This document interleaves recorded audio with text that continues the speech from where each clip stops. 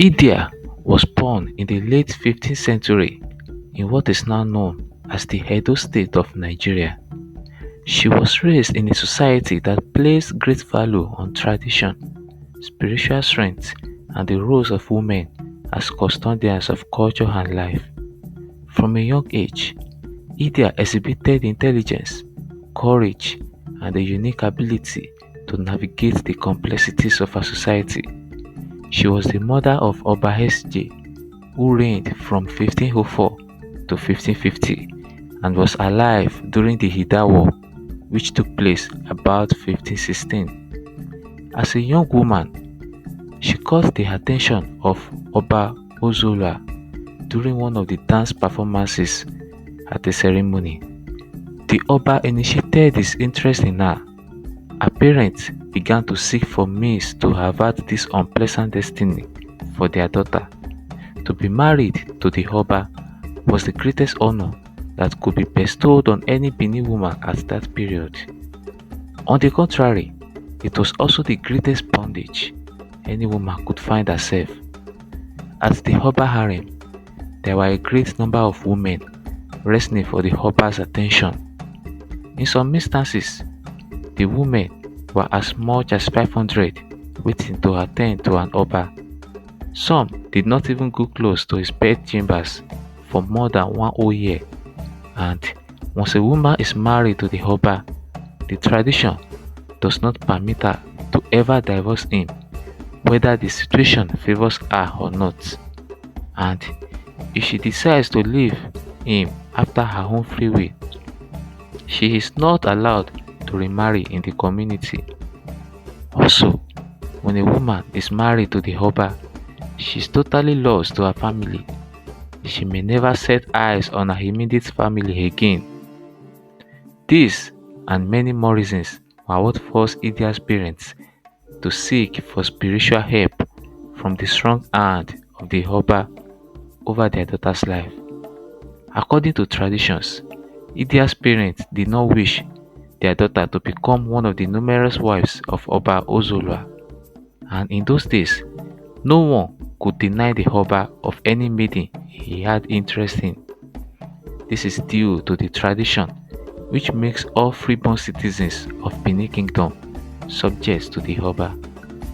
For Idia's parents, the only solution was to consult a higher authority in the place of the gods. The oracle advised them to spoil her beauty to make her ugly before the Oba.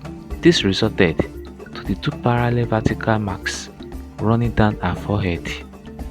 The incision did not only spoil her face, but to make it effective, they also contained medicinal potion which the designer had assured them would repel Oba Ozolwa.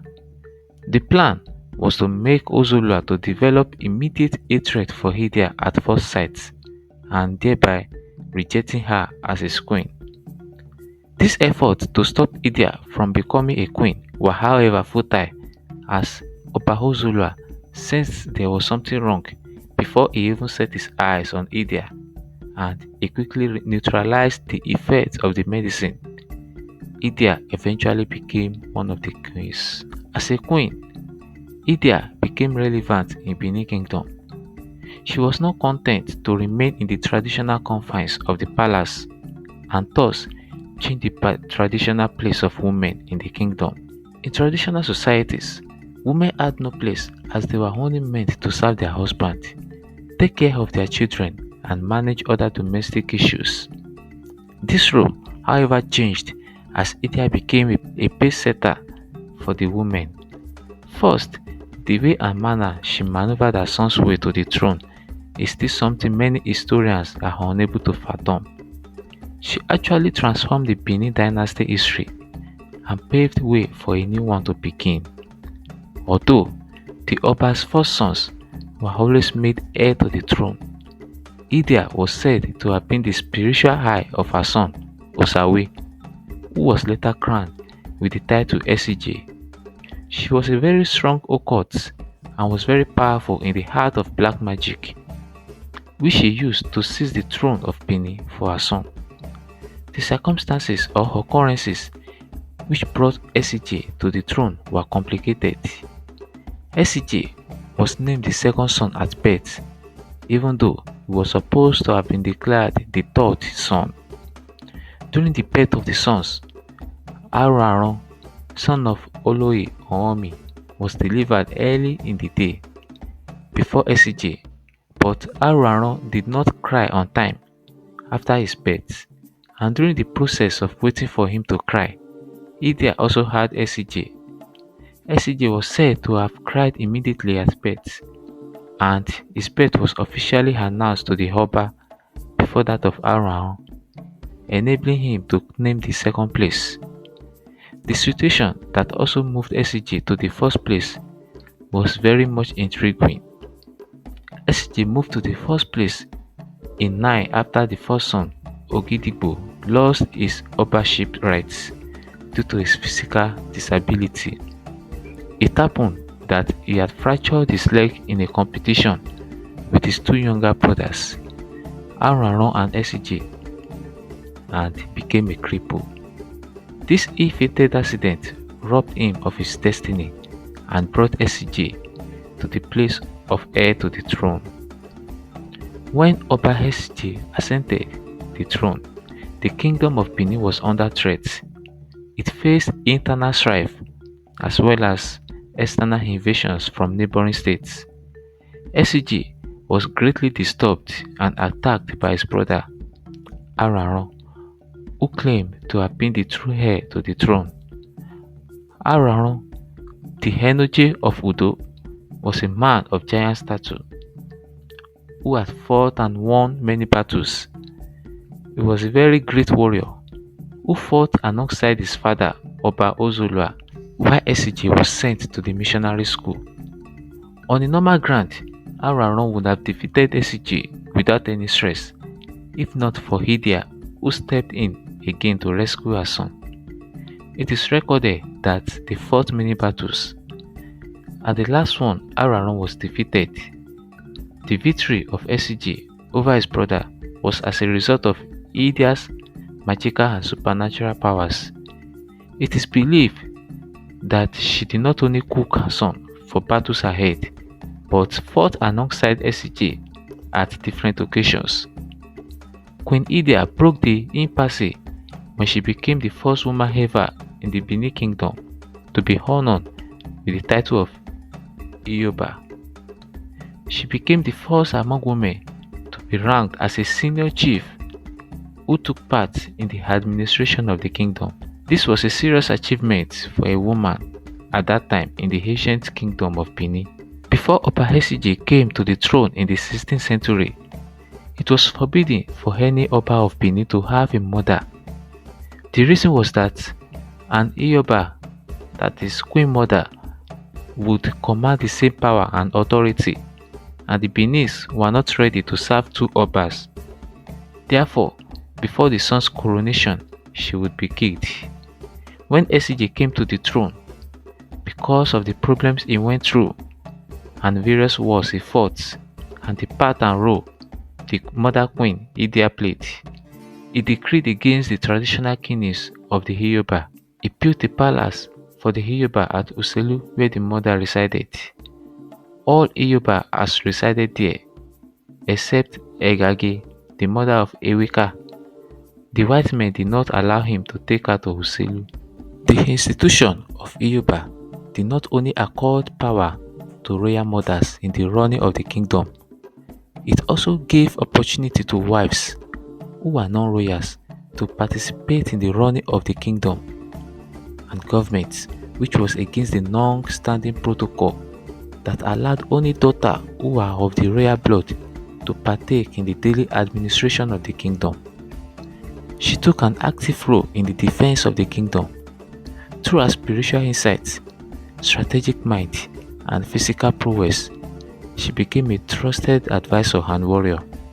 It is said that she possessed mystical powers and worked closely with the kingdom's spiritual leaders to protect Benin from harm. The most significant threat to Benin Kingdom came from the Idah Kingdom, which sought to conquer Benin. During this turbulent time, Queen Idia emerged as a formidable force. Idia personally led troops into battles in the Benin Idah War in 1516, demonstrating remarkable courage and leadership. Her presence on the battlefield inspired the warriors of Benin, who fought fiercely under her command. Her military strategy played a crucial role in defeating the Idah invaders, securing the kingdom's sovereignty.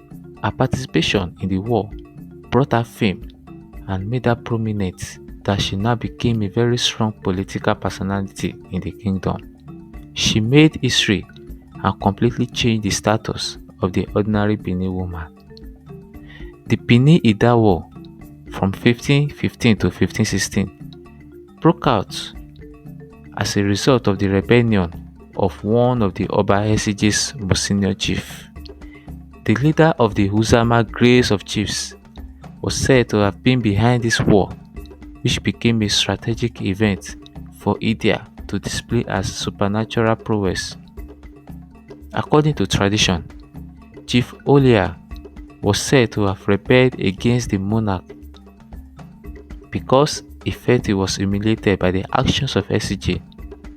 The issue that led to the rebellion, which culminated into the Idah War, concerned Olia's wife, Imaguero. The arrogant Olia was said to have continually praised his wife at the palace and claimed she was the most faithful woman in the kingdom. The conflict between him and the palace arose as the Oba embarked on a plan to prove him wrong about his wife. Imaguero fell into the plot of the Oba, and Chief Olia felt humiliated and decided to pay the Oba back by joining forces with another kingdom to bring down Benin. Aggrieved and humiliated, Olia went home and murdered his most senior wife, Princess Amie, who was also the eldest daughter of Oba Esigie, just to spite him. This incident is very significant as it proves the value of women in pre-colonial Benin.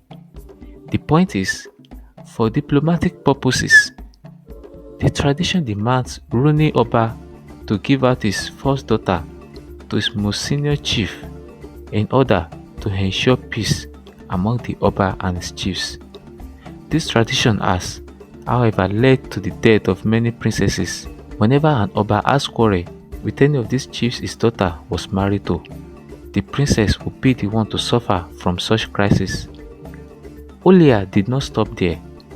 In order to bring disaster to Benin, he went further to the Hata of Idah Kingdom, that is the king of Idah Kingdom, and lied to him that Benin was planning to invade his territory and that it would be better he attacked Benin first. News also got to Benin that Idah was planning to invade Benin. With all this chaos and conflicts, the stage was already set for the Benin Idah War.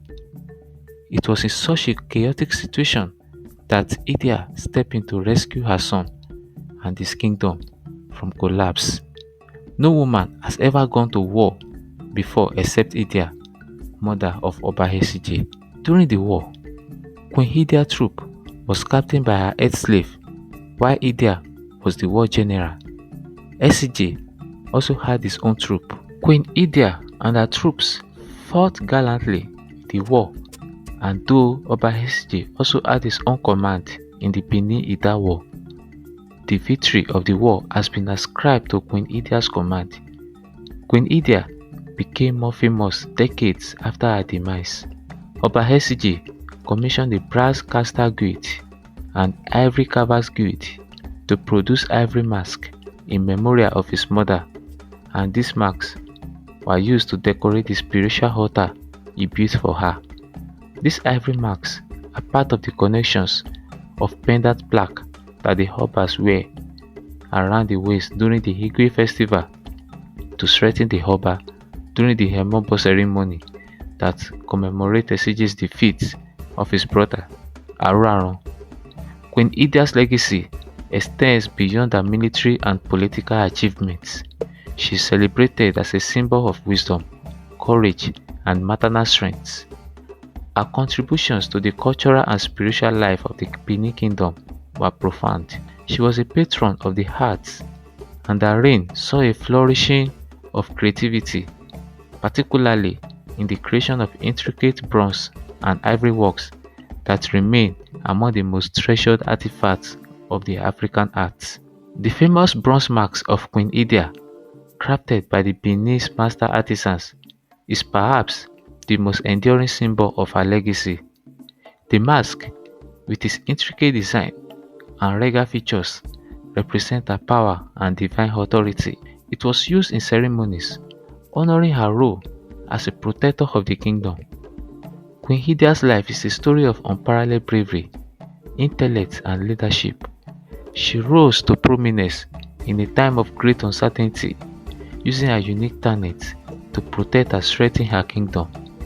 Her legacy as a warrior, strategist, and mother of a nation endures, reminding us of the power of determination and the importance of preserving the stories of those who shaped history.